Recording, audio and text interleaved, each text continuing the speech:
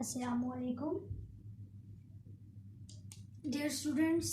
पिछले वाले लेक्चर्स में मैंने आपको कंप्यूटर क्या होता है और कंप्यूटर के एडवांटेजेस क्या हैं, डिसएडवांटेजेस क्या हैं और कंप्यूटर के एप्लीकेशंस क्या हैं, कहाँ कहाँ वो यूज़ होता है। आज हम क्या पढ़ेंगे कि कंप्यूटर की टाइप्स क्या हैं, टाइप्स ऑफ कंप्यूटर कितनी टाइप्स के हैं, टाइप्स ऑफ कंप्यूटर। नंबर 1 हम पढ़ेंगे माइक्रो कंप्यूटर। माइक्रो कंप्यूटर्स को आप पर्सनल कंप्यूटर भी कह सकते हैं, पीसी, जो अक्सर हमारे होम्स में पर्सनल कंप्यूटर होती हैं, पीसी। दूसरी टाइप हम पढ़ेंगे work station.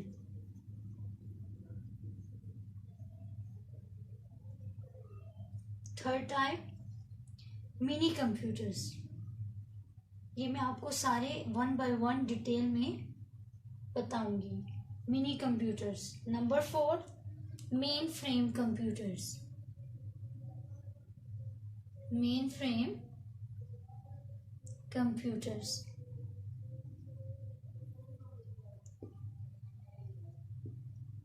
And last super computer. ये हम 5 टाइप्स पढ़ेंगे। इसके हम फंक्शंस, एडवांटेज, डिसएडवांटेज सब पढ़ेंगे। 1 बाय 1 मैं आपको इनकी डिटेल्स बताती हूँ। सबसे पहले हम पढ़ेंगे माइक्रो कंप्यूटर और पर्सनल कंप्यूटर। सबसे पहली टाइप क्या है? माइक्रो कंप्यूटर्स, या फिर हम इसे पर्सनल कंप्यूटर भी कहते हैं। इसका नंबर 1 पॉइंट क्या है कि आल्सो कॉल्ड, जैसे मैंने आपको बताया कि also called as personal computer, कि हम इसे पर्सनल कंप्यूटर भी कहते हैं, पीसी, जो अक्सर हमारे घर में होते हैं, पीसी, जिनको हम कहते हैं कि पीसी है। Number 2 point small in size. Micro है, माइक्रो मीन स्मॉल, तो ये साइज में स्मॉल होते हैं, चीप, सस्ते होते हैं, एंड वाइडली यूज, ये कॉस्ट में कम है तो मोस्टली हम यही इस्तेमाल में लाते हैं, और ये स्मॉल होते हैं एज कंपेयर टू अदर। हम इनको डेस्कटॉप कंप्यूटर्स भी कहते हैं। डेस्कटॉप मीन्स कि ये हमारे डेस्क पे पड़े होते हैं। पीसी आपने देखा होगा कि हमारे टेबल पे या डेस्क पे पड़ा होता है, तो ये हम इसको डेस्कटॉप कंप्यूटर्स भी कह सकते हैं। जैसे लैपटॉप हो गया, जैसे टैबलेट हो गया,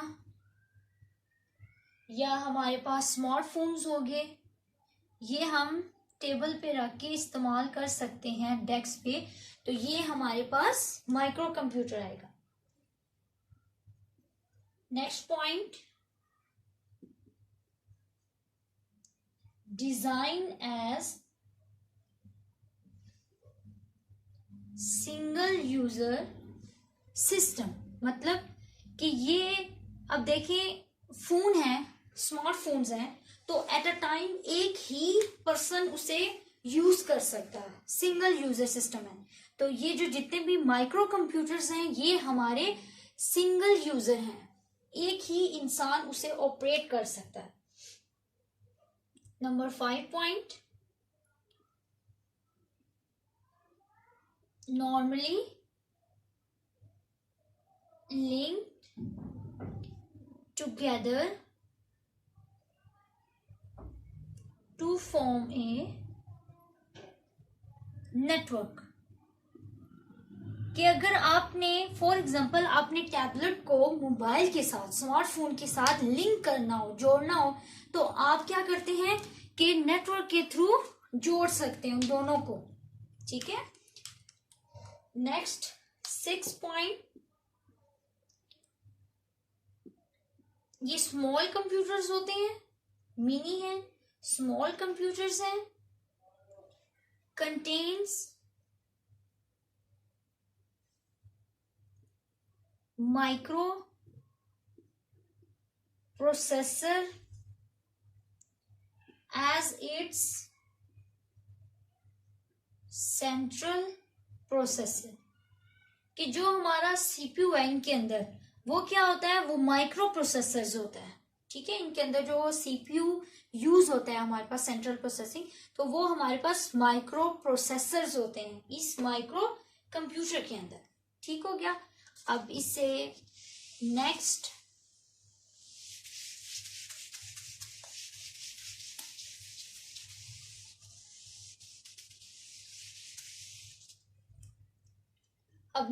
हम करते हैं दूसरा, क्या था, work stations.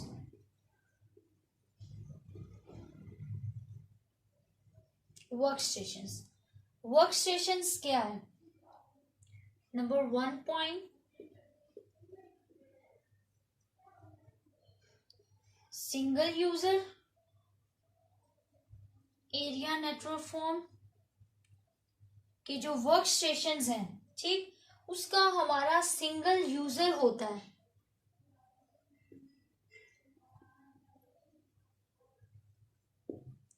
Number 2 point, used for engineering applications, जितने भी हमारे इंजीनियरिंग में एप्लीकेशंस होते हैं जैसे कैड, कैम, ये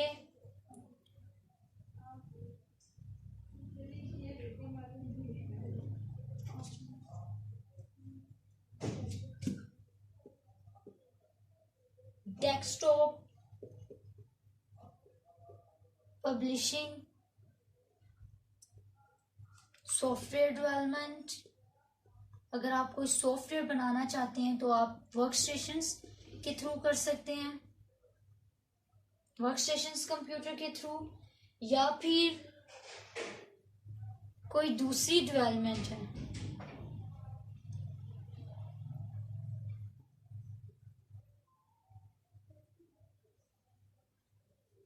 या फिर दूसरी अगर आप एप्लीकेशंस बनाना चाहते हैं सॉफ्टवेयर से रिलेटेड तो आप वर्क स्टेशंस इस्तेमाल करेंगे, वर्क स्टेशंस कंप्यूटर यूज करेंगे। 3rd point, requires moderate amount of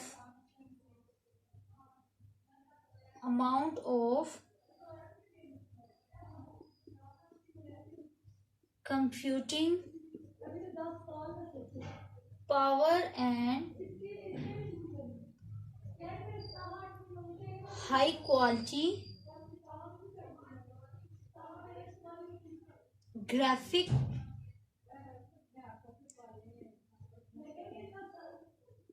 capabilities, कि इन जो वर्क स्टेशंस हैं उनके लिए हमें जो है कंप्यूटिंग पावर मॉडरेट चाहिए, नॉर्मल चाहिए, लेकिन हाई क्वालिटी ग्राफिक्स होने चाहिए। नंबर 4 पॉइंट क्या होता है इनका, लार्ज वर्क स्टेशंस हैं तो लार्ज हाई रेजोल्यूशन ग्राफिक्स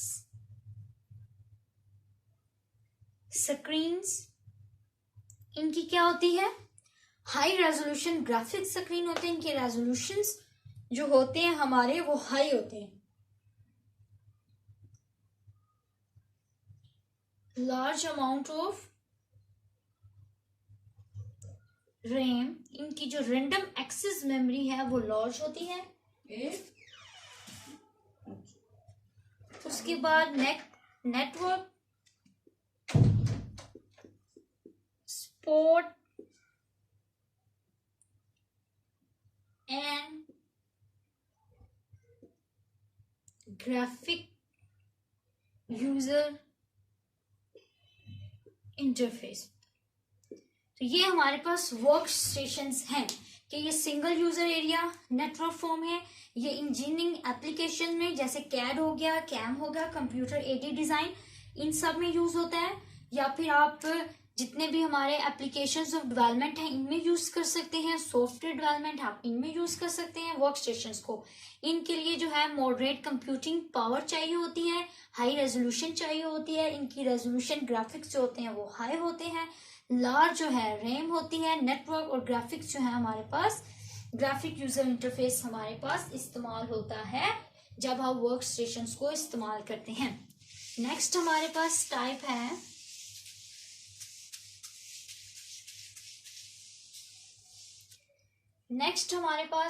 है आती है mini computers. Mini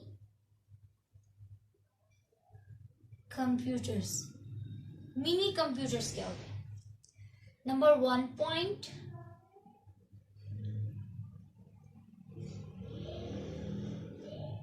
mid range computer. इनकी जो रेंज होती है वो दरमियानी होती है, ना ज्यादा हाई होती है ना ज्यादा लो होती है, मिड रेंज होती है इनकी। ये जो मिनी कंप्यूटर्स हैं ये मल्टी प्रोसेसिंग होती है। मीन्स मल्टी प्रोसेसिंग का क्या मतलब है कि ये मल्टी टास्क को एट अ टाइम परफॉर्म कर सकते हैं। Number 3 point, multi users eight a time इन्हें इस्तेमाल कर सकते हैं। आपने देखा था माइक्रो जो था वो सिंगल यूजर के लिए था। एट अ टाइम एक ही यूजर उसे इस्तेमाल कर सकता है। जो मल्टी है आप इसे एक टाइम में ज्यादा यूजर्स इस्तेमाल कर सकते हैं। नंबर 4 पॉइंट, ये क्या है? मोर एक्सपेंसिव, ये ज्यादा एक्सपेंसिव है। मोर पावरफुल, ये एज कंपेयर टू अदर्स ये पावरफुल है। देन माइक्रो से ये ज्यादा पावरफुल है, उसकी रेंज कम है और इसकी उससे ज्यादा है। और number 5 point, used by small businesses and other firms. आप इन्हें बिजनेस या दूसरे डिपार्टमेंट में जो छोटे स्केल के होते हैं, स्मॉल, आप उनमें मिनी कंप्यूटर्स को इस्तेमाल कर सकते हैं।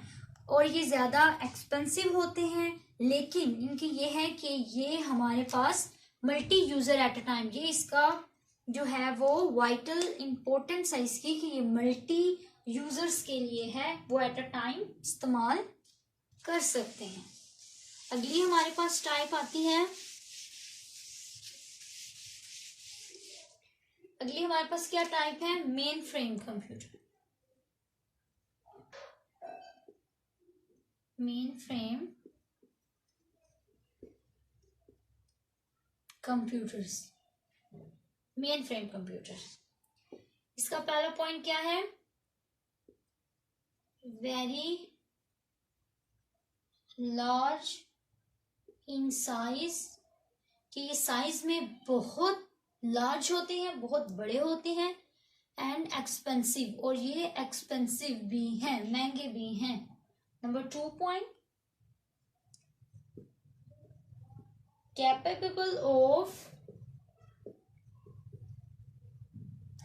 capable of supporting thousands of users, कि ये एट अ टाइम, ठीक है, एट अ टाइम या सिमल्टेनियसली क्या होता है कि आप इन्हें एक ही वक्त में थाउजेंड्स ऑफ यूजर इस चीज को सपोर्ट करते हैं। मतलब कि आपने देखा था माइक्रो जो है वो सिंगल यूजर के लिए एट अ टाइम एक ही यूजर उसको यूज कर सकता है, लेकिन जो मेन फ्रेम्स हैं ये thousands of user eight a time जो है वो कैपेबल हो सकते हैं कि वो इस्तेमाल करें। ठीक हो गया। नेक्स्ट पॉइंट क्या आता है,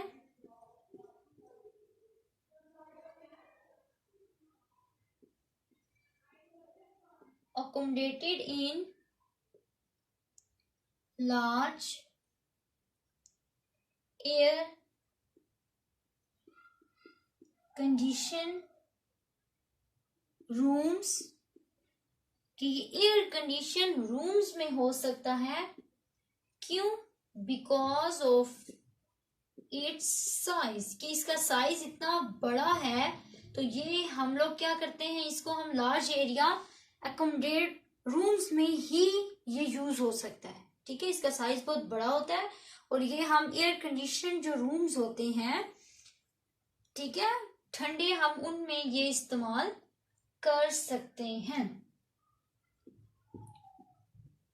ये किस किस में यूज होता है? नंबर 1, हाउसेस में भी, आप इसे बिजनेस में भी इस्तेमाल कर सकते हैं, या जितने भी हमारे गवर्नमेंट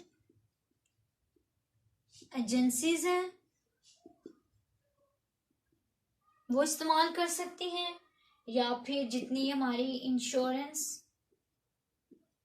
कंपनीज हैं वो इनको इस्तेमाल कर सकते हैं। ठीक हो गया। या फिर education,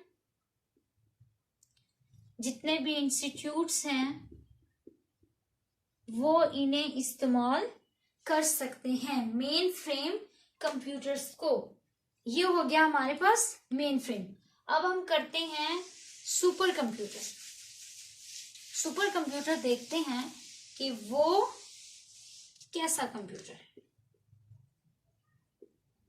super computers, super computer, number 1 option, fastest computers, कि ये हमारे पास बहुत ज्यादा फास्ट कंप्यूटर हैं। नंबर 2, वेरी एक्सपेंसिव, कि ये बहुत ज्यादा महंगे हैं। नंबर 3, वेरी लार्ज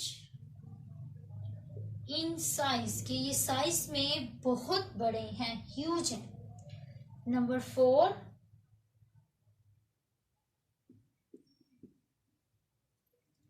accommodated इन, जो हमने पीछे पढ़ा था मेन फ्रेम, ये उसी की तरह एयर कंडीशंस रूम्स में, एयर कंडीशंस रूम में अकोमोडेट होता है। किस किस में यूज होता है? यूज इन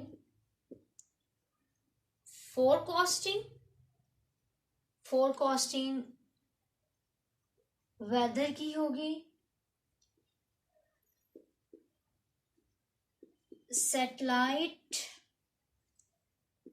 लॉन्चिंग, सैटेलाइट्स वगैरह के लिए, न्यूक्लियर पावर, इसमें भी हम सुपर कंप्यूटर यूज करते हैं, या हमारी जितनी भी रिसर्च होती है उसमें ये यूज होता है। Number 6 point and last, requires amount of mathematical calculations, कि इसके लिए मैथमेटिकल जो है कैलकुलेशंस रिक्वायर होती हैं, क्योंकि ये न्यूक्लियर पावर, आपको पता है जितने भी रिसर्च या जितने भी रिसर्चेस होते हैं, बड़े बड़े पावर, तो ये सारी चीजें उनके लिए कैलकुलेशन होती है मैथमेटिकली लार्ज अमाउंट में, तो ये इसके लिए हमारे पास मैथमेटिकल कैलकुलेशंस रिक्वायर होती है। और ये सबसे फास्टेस्ट होता है as compare to other computer. Super computer fastest होता है, ज्यादा एक्सपेंसिव है, लार्ज इन साइज है, और ये फोरकास्टिंग, सैटेलाइट और इनके लिए इस्तेमाल होता है, और इनके लिए भी एयर कंडीशन रूम्स रिक्वायर होते हैं। अब आगे हम टाइप्स ऑफ कंप्यूटर करेंगे। ये हमने टाइप्स ऑफ कंप्यूटर किए जो मेन 5 टाइप्स की। इसके अलावा भी अगर हम देखें तो इसके अलावा भी टाइप्स हैं बेस्ड ऑन हार्डवेयर डिजाइन। अगर हम हार्डवेयर के हिसाब से देखें तो उस हिसाब से भी 3 हमारे पास टाइप्स हैं। कौन कौन सी टाइप हैं? Number 1 analogue computers, number 2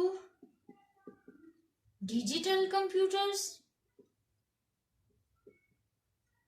digital form में, नंबर 3 हाइब्रिड। ये मैं आपको डिटेल इनकी समझाती हूँ।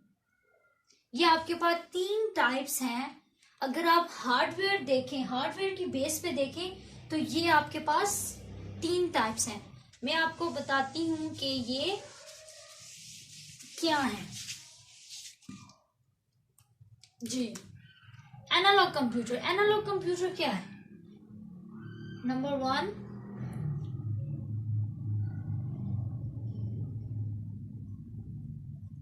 Myers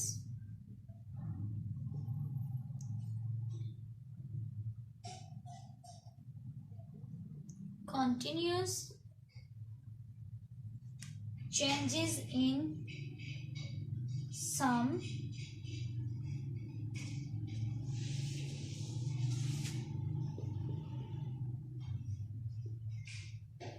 physical quantity। मैं आपको ये पॉइंट्स समझाती हूँ। उसके बाद हमारे पास आता है continuous data, speed of car measured by speedometer, जो कार की स्पीड है, temperature of room by thermometer, जो थर्मोमीटर से टेम्परेचर मेजर होता है। उसके बाद हमारे पास थर्ड पॉइंट क्या आता है? Analogue data is continuous data. ठीक हो गया? तो ये क्या है इसके पॉइंट्स? एनालॉग, एनालॉग किसे कहते हैं? एनालॉग का मतलब है ब्रेक होना। मे बी वो हाई हो, हाई होने के बाद अचानक से लो हो जाए, या मॉडरेट हो, तो एनालॉग हम किसे कहते हैं? ब्रेक। फॉर एग्जांपल हमारे पास लो टेम्परेचर है, हाई हो, ठीक है, हाई होने के बाद अगेन लो हो जाए, इसी तरह फिर जो है नॉर्मल हो जाए, तो ये आपके पास एनालॉग है। ये ब्रेक हो रहा है, लो से हाई एकदम सडन चेंज हो रहा है, एकदम सडन चेंज हो रहा है, तो ये आपके पास सडन चेंज क्या कहलाता है? एनालॉग कहलाता है। एनालॉग का ये मतलब है कि सडन चेंज होना, हाई से एकदम लो पे हो जाना, लो से बिल्कुल हाई पे हो जाना, या नॉर्मल हो जाना, ये आपके पास सडन चेंजेस है। तो जो एनालॉग कंप्यूटर्स होते हैं, आपको पता है कि जैसे थर्मामीटर है, थर्मामीटर क्या करता है? थर्मामीटर आपके टेम्परेचर, रूम के टेम्परेचर को मेजर करता है। ठीक हो गया? आपका रूम का टेम्परेचर ठंडा भी हो सकता है, गर्म भी हो सकता है। वो उस हिसाब से, अगर फॉर एग्जांपल आपका रूम का टेम्परेचर हाई है तो वो पहले क्या करेगा? 30 से 40, फिर 50, 60 करते करते करते आपको हाई टेम्परेचर देगा। इसी तरह स्पीडोमीटर देखिए, गाड़ी की स्पीड क्या होती है? गाड़ी की स्पीड कभी कम होती है, कभी तेज होती है, कभी हम उसे रेस देते हैं, कभी हम कम करते हैं, कभी जंप आते हैं, बिल्कुल स्लो हो जाती है, कभी ब्रेक आ जाती है। तो ये हमारे पास एनालॉग है। इसी तरह जो स्पीडोमीटर है वो भी हमारे पास एनालॉग कंप्यूटर है। ठीक है। एनालॉग कंप्यूटर हम इसीलिए यूज करते हैं गाड़ी की स्पीड के लिए कि इसमें ब्रेक्स हैं, इसमें सडन चेंजेस को वो मेजर कर सकता है, ठीक हो गया। तो इसीलिए ये कहलाता है एनालॉग कंप्यूटर। अब दूसरी टाइप हमारे पास क्या थी, डिजिटल। दूसरी हमारे पास टाइप है डिजिटल कंप्यूटर्स। डिजिटल कंप्यूटर्स क्या, डिजिटल कंप्यूटर्स क्या होता है, नंबर 1 पॉइंट कि ये प्रोसेस न्यूमेरिक और नॉन न्यूमेरिक डाटा। आपको पता है कि डिजिटल का मतलब किससे निकला है, डिजिट से। तो डिजिट का मतलब कि कोई भी न्यूमेरिक या नॉन न्यूमेरिक डिजिट्स हो सकते हैं, डाटा हो सकता है। Discrete data number 3।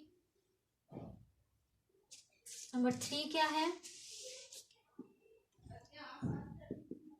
Input output, या फिर ये हमें 1 या 0 की फॉर्म में, या फिर हमें ऑन या ऑफ की फॉर्म में देता है, ठीक है। या तो यस होगा या तो नो होगा, या तो न्यूमेरिक परफेक्ट एक न्यूमेरिक डिजिट होगा, ठीक हो गया। जैसे मैं आपको एग्जांपल बताती हूँ। अब ये जितने भी कंप्यूटर्स हैं इनको हम डिजिट्स में या फिर डिजिटल कंप्यूटर्स कहते हैं, ठीक है। अच्छा, डिजिटल कंप्यूटर्स का क्या मतलब, जैसे देखें फॉर एग्जांपल आपके पास क्लॉक्स है, ठीक है। क्लॉक है, क्लॉक में आपको पता है कि या तो 1 होगा या तो 2 होगा, 3 होगा, 4। तो आप क्या करेंगे कि फॉर एग्जांपल अगर 4 है तो ये परफेक्ट 4 है, 4.11 नहीं है, 4.22 नहीं है। तो ये परफेक्टली हमारे पास डिस्क्रीट नंबर्स में आएगा। तो ये हमारे पास डिस्क्रीट का मतलब ही यही है कि एग्जैक्टली ऑन हो, एग्जैक्टली ऑफ हो, ठीक हो गया।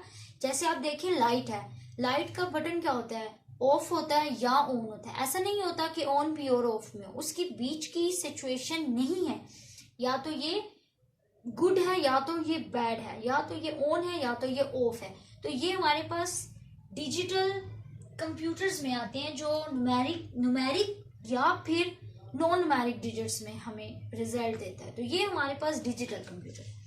अगला हमारे पास लास्ट टाइप थी जो हार्डवेयर पे बेस करती है। तीसरी हमारे पास क्या टाइप है, हाइब्रिड।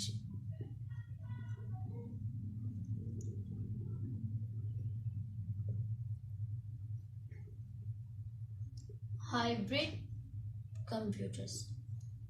हाइब्रिड कंप्यूटर्स क्या होते हैं, ये क्या होते हैं,